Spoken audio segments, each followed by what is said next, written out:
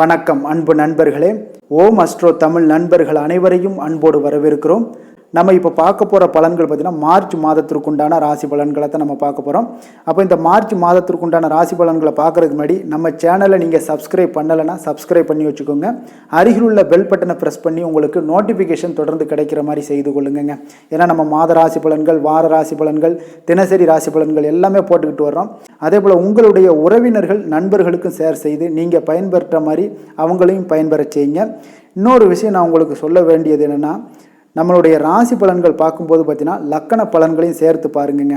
ஏன்னா நீங்கள் ஒரு சிம்ம ராசியாக இருக்கீங்க, ஒரு விருச்சக லக்கணமாக இருக்கீங்க அப்படின்னா சிம்ம ராசி பலன்களையும் பாருங்கள். அதே போல் விருச்சக ராசி பலன்களையும் சேர்த்து பார்க்கும் பொழுது உங்களுக்கு பார்த்தீங்கன்னா முழு பலன்களும் கிடைக்கக்கூடுங்க. அப்போது இந்த இரண்டு ராசி பலன்களையும் சேர்த்து பார்க்கும் பொழுது தான் உங்களுக்கு 100% பார்த்தீங்கன்னா உங்களுக்கு முழுவதுமான ஒரு பலன்கள் உங்களுக்கு கிடைக்கக்கூடுங்க. சிம்ம ராசியாக இருந்து சிம்ம ராசியோட பலன்களை மட்டும் பார்த்துருப்பீங்க. ஆனால் நீங்கள் விருச்சக லக்கணமாக இருந்தீங்கன்னா விருச்ச லக்கணத்தோட பலன்களை பார்த்துருக்க மாட்டீங்க. அப்போ இந்த சிம்ம ராசியோட பலன்கள் பார்க்கும்போது பார்த்தீங்கன்னா உங்களுக்கு ஒரு சில விஷயங்கள் பார்த்தீங்கன்னா நடக்கும், இன்னொரு விஷயங்கள் நடக்காது. அதாவது விருச்சக ராசியோட பலன்களை நீங்கள் சேர்த்து பார்க்கும் பொழுது பார்த்தீங்கன்னா அதோட பலன்கள் ஒரு 50%, சிம்மராசியோட பலன்கள் ஒரு 50%. அப்போ இரண்டும் சேர்ந்து 50-50 பார்த்தீங்கன்னா 100% உங்களுக்கு முழுவதும் கிடைக்கக்கூடுங்க. அப்போ இந்த இரண்டு பலன்களையும் பாருங்கள். ஏன்னா ஏன் சொல்கிறேன் அப்படின்னா, நம்மளுடைய உடலை இயக்குறது எது? உயிர். அப்போ இந்த உடலும் உயிரும் சேர்ந்து செயல்படும் பொழுது தான் நம்மளுடைய செயல்பாடுகளை செய்ய முடியுங்க. அப்போ உடல் தனியாக உயிர் தனியாக இருந்துச்சுன்னா அது எப்படி வேலை செய்யாமல் இருக்கும். அப்போ லக்கணமும் ராசியும் சேர்ந்தால் மட்டும்தான் ஒரு முழு வேலைகளும் ஒரு செயல்பாடுகளும் செய்யக்கூடுங்க. அப்போ இரண்டு பலன்களையும் சேர்த்து பாருங்கள், உங்களுக்கு உண்டான ஒரு முழு பலன்களும் கிடைக்கும். அதனால் நாங்கள் சொல்கிற ஒவ்வொரு விஷயங்களும் நல்ல விஷயங்களாக இருந்துச்சுன்னா நிச்சயமாக தொடர்ந்து கடைபிடிச்சிக்கிட்டே வாங்க. அது உங்களுடைய வாழ்க்கையில் நல்ல முன்னேற்றத்தை கொடுக்கும். நாங்கள் பாதகமான விஷயங்களை சொல்லும்போது நீங்கள் என்ன பண்ணணும், அந்த பாதகமான விஷயங்களில் எச்சரிக்கையுடன் இருக்கணுங்க. அதுதான் இந்த ராசி பலன்களுடைய நோக்கமே. நாங்கள் சொல்கிற சில விஷயங்கள் பாதகமாக இருக்கிற பட்சத்தில் பார்த்தீங்கன்னா நீங்கள் எச்சரிக்கையுடன் இருக்க வேண்டியது நல்லது. அதே போல் தான் ஒவ்வொரு மாதமுமே நாங்கள் சொல்கிற விஷயங்களில் கவனமுடன் இருந்தாலே போதும், எச்சரிக்கையுடன் இருந்தாலும் போதும். நீங்கள் எதுலேயுமே தெளிவான ஒரு முடிவோடு எடுக்கும்போது எல்லா விதத்துலேயுமே நீங்கள் ஏற்றங்களையும் வாழ்க்கையில் முன்னேற்றங்களையும் ஏற்படுத்தி கொள்ள முடியுங்க. அப்போ ராசி பலன்கள், லக்கண பலன்கள் இரண்டையும் பார்த்து உங்களுடைய வாழ்க்கையில் நல்ல முன்னேறதுக்கு உண்டான ஒரு வழியை நீங்கள் ஏற்படுத்தி கொள்ளுங்கள். இப்போ நம்ம மார்ச் மாதத்திற்கு உண்டான ராசி பலன்களை பார்ப்போமுங்க. அப்போ இந்த மார்ச் மாதம் ஆரம்ப காலத்தில் பார்த்திங்கன்னா கிரக நிலைகளை பார்த்தோம்னா மேசத்தில் பார்த்திங்கன்னா குரு பகவானுடைய பயணம் இருக்குங்க. அதே போல் கன்னிராசியில் கேது பகவானுடைய பயணமெல்லாம் இருக்குது. துலாம் ராசியில் பார்த்தீங்கன்னா சந்திரனுடைய ஆரம்பத்தில் பார்த்தீங்கன்னா சந்திரன் பயணம் செய்கிறாருங்க. அதான் இந்த சந்திரன் பார்த்தீங்கன்னா மாதம் முழுவதுமே பார்த்தீங்கன்னா சுற்றிக்கிட்டே வருவாங்க. மகரத்தில் பார்த்தீங்கன்னா செவ்வாய் சுக்கிரனுடைய பயணம் இருக்குது. கும்பத்தில் சனி சூரியன் புதன் பகவானுடைய பயணமும், மீனத்தில் பார்த்தீங்கன்னா உங்களுக்கு ராகு பகவானுடைய பயணமெல்லாம் இருக்குங்க. இப்போ கிரக மாற்றங்களும் இந்த காலகட்டங்களில் நடக்க போகுதுங்க. இப்போ மார்ச் மாதத்தில் 4 கிரகங்களுடைய மாற்றங்கள் நிகழப்போகுது. புதன் பகவான் பார்த்தீங்கன்னா 2-3-2024 அன்று பார்த்தீங்கன்னா கும்பத்திலிருந்து மீனராசியில் இடப்பெயர்ச்சியாகி பயணம் செய்வார். அதே போல் சுக்கிர பகவான் பார்த்தீங்கன்னா 8-3-2024 அன்று மகரத்திலிருந்து கும்பத்துக்கு சென்று அதிலிருந்து பயணம் செய்வாருங்க. செவ்வாய் பகவான் பார்த்தீங்கன்னா 14-3-2024 அன்று அந்த கிழமைகளில் பார்த்தீங்கன்னா உங்களுக்கு மகரத்திலிருந்து கும்பத்தில் சென்று இந்த செவ்வாய் பகவான் பயணம் செய்கிறாரு. சூரியன் பார்த்தீங்கன்னா 14-3-2024 அன்று கும்பத்திலிருந்து மீனத்தில் போய் உட்கார்ந்து மீனராசியிலிருந்து பயணம் செய்வாருங்க. இந்த கிரக நிலைகள், கிரக மாற்றங்களுடைய பலன்கள் பார்த்தீங்கன்னா உங்களுக்கு 12 ராசி அன்பர்களுக்கும் எந்த மாதிரியான பாதகமான பலன்களா இல்லை சாதகமான பலன்களா அப்படின்றத நம்ம முழுவதுமாக பார்க்க போகிறோம். அப்போ மேசம் முதல் மீனம் வரைக்கும் உண்டான பலன்களை நம்ம முழுவதுமாக இப்போ பார்ப்போங்க. நியாய அநியாயங்களை பயமின்றி தெளிவாக எடுத்துரைக்கக்கூடிய ஆற்றல் கொண்டவர்கள் தான் இந்த விருச்சக ராசி, விருச்சக லக்கண அன்பர்களே. உங்களுடைய ராசி அதிபதி செவ்வாய் பார்த்தீங்கன்னா முயற்சி ஸ்தானமான 3ல் சஞ்சரிப்பதாலும் எதுலேயுமே தைரியத்தோடு செயல்பட்டு எதிர்நீச்சல் போட்டாவது நீங்கள் அடைய வேண்டிய இலக்கை அடைவீங்க. அப்போ இருப்பதை அனுபவிக்க சில இடையூறுகளும் ஏற்படக்கூடும். அதனால் கொஞ்சம் கவனமும் தேவைப்படுது. ஒரு சில விஷயங்கள் உங்களுடைய முழு முயற்சிகள் இருந்தால் வெற்றியும் பெறக்கூடியங்க. இந்த காலகட்டங்களில் உங்களுடைய ராசிக்கு மாதத்தோட முற்பாதியில் பார்த்தீங்கன்னா 3ல் செவ்வாய் சஞ்சரிப்பதாலும் அதே போல் லாபஸ்தானத்தில் கேது சஞ்சரிப்பதாலும் எதையுமே எதிர்கொள்ளக்கூடிய தன்னம்பிக்கை, ஆற்றல், பலம் உண்டாகக்கூடிய ஒரு நல்ல அமைப்பாகவும் காணப்படுது. சூரியன் சனி 4ல் இருப்பதால் பார்த்தீங்கன்னா வீண் அலைச்சல்களும் ஏற்பட காண்பீங்க. உடல் ஆரோக்கிய பாதிப்புகள் எல்லாம் ஏற்படக்கூடும். அதனால் கவனமும் எச்சரிக்கையும் தேவைப்படுது. இருப்பதை கூட அனுபவிக்க இடையூறுகள் எல்லாம் ஏற்படக்கூடிய ஒரு வாய்ப்பு உங்களுக்கு மிக அற்புதமாக இருக்குங்க. அதனால் எந்த ஒரு விஷயத்திலுமே இந்த காலகட்டங்களில் கவனமுடன் இருக்க வேண்டிய ஒரு காலமாக இருக்குது. பொருளாதார ரீதியாக நெருக்கடிகள் இருந்தால் கூட நெருங்கியவர்கள் வகையில் உங்களுக்கு உதவிகள் கிடைக்கக்கூடுங்க. அப்போ தொழில் வியாபாரத்தில் சிந்தித்து செயல்பட்டினா மட்டும்தான் இந்த காலகட்டங்களில் நல்ல பலனை அடையக்கூடிய ஒரு சூழ்நிலைகள் எல்லாமே உங்களுக்கு உண்டாகக்கூடும்.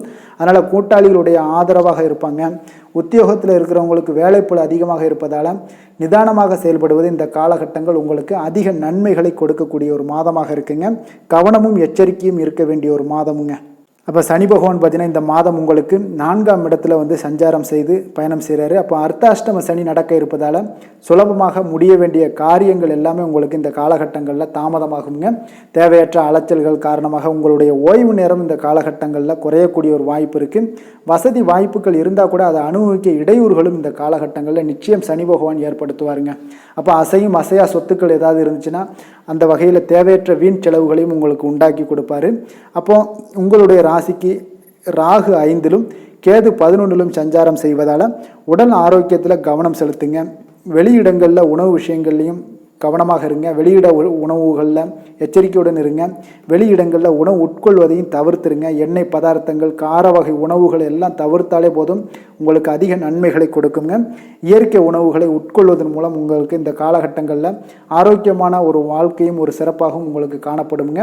அதனால் ஒரு சில எதிர்பாராத உதவிகளும் பார்த்தீங்கன்னா ஒரு சிலருக்கு உங்களுக்கு கிடைத்து உங்களுடைய தேவைகளை எல்லாம் பூர்த்தியாகக்கூடிய ஒரு வகையிலும் இருக்குங்க.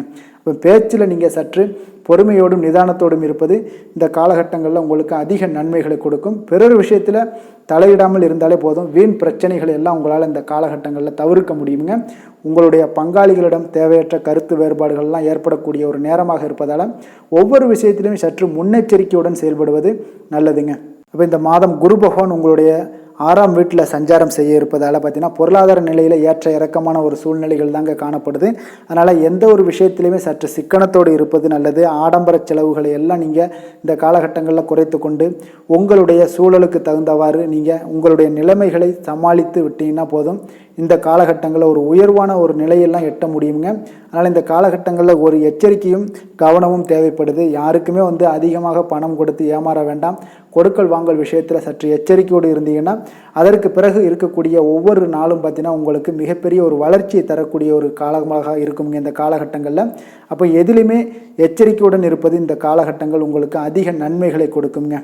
நிதி நிலைமையை பொறுத்தளவுக்கு பார்த்தீங்கன்னா இந்த காலகட்டங்களில் உங்களுடைய ராசிக்கு 5ல் ராகும் 6ல் குரு சஞ்சரிப்பதால் உங்களுடைய சக்திக்கு மீறிய வீண் செலவுகள் ஏற்பட்டு மனக்கவலைகள் உண்டாகுங்க. அதனால் இந்த இடத்துல வீண் செலவுகளை தவிர்த்துருங்க இந்த மாதம். அது உங்களுக்கு அதிக நன்மைகளை கொடுக்குங்க.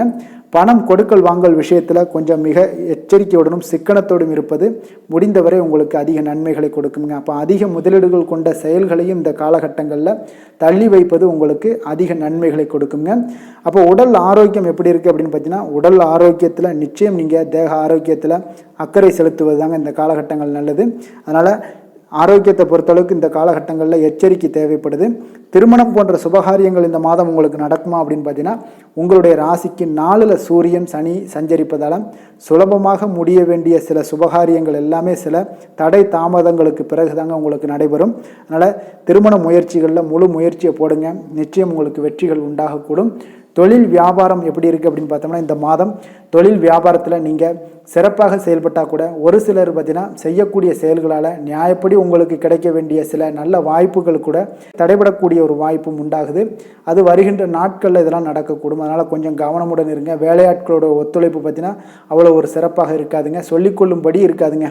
அதனால் ஒவ்வொரு விஷயத்திலுமே நீங்கள் முன்னின்று செயல்பட்டீங்கன்னா தாங்க உங்களுடைய சூழ்நிலைகளை சமாளித்து உங்களுக்கு போட்ட முதலீடுகளை எல்லாம் எடுக்க முடியுங்க.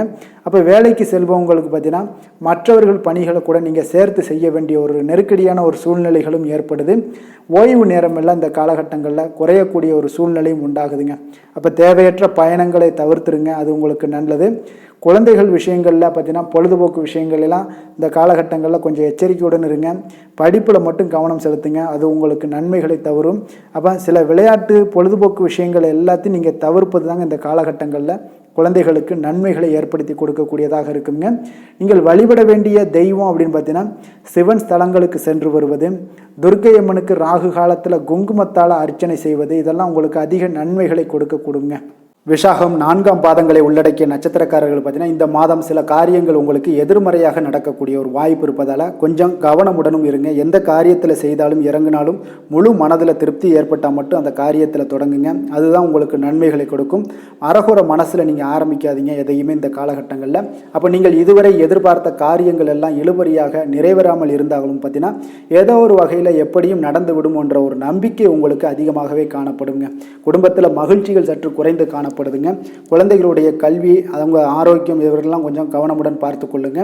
அனுசம் நட்சத்திரத்தில் பிறந்தவங்களுக்கு இந்த மாதம் நீங்கள் பழகக்கூடிய மனிதர்களுடைய வார்த்தைகளை நம்புவதா நம்ப வேண்டாமா அப்படின்ற ஒரு சமயத்தில் சந்தேகம் ஏற்பட்டுச்சுன்னா அதை முற்றிலும் அவாய்ட் பண்ணுவது நல்லதுங்க. அதை நம்பாமல் இருப்பதே உங்களுக்கு நன்மைகள்ங்க. ஏன்னா மனதளவில் திருப்தி ஏற்படலைன்னா அதை முற்றிலும் விலக்கி விடுங்க. அது உங்களுக்கு நன்மைகளை கொடுக்கும்.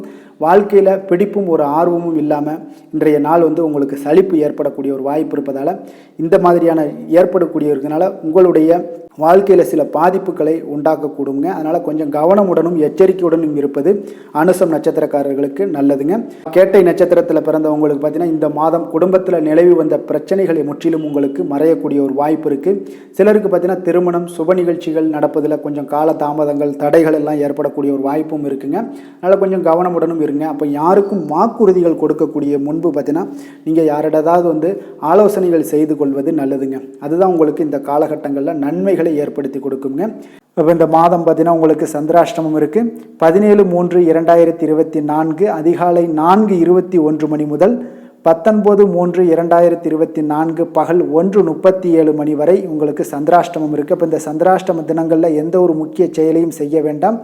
அசைவ உணவுகளை முற்றிலும் தவிர்த்து ஆன்மீக காரியங்களில் ஈடுபட்டுவாங்க. உங்களுக்கு அதிக நன்மைகளை கொடுப்பாருங்க.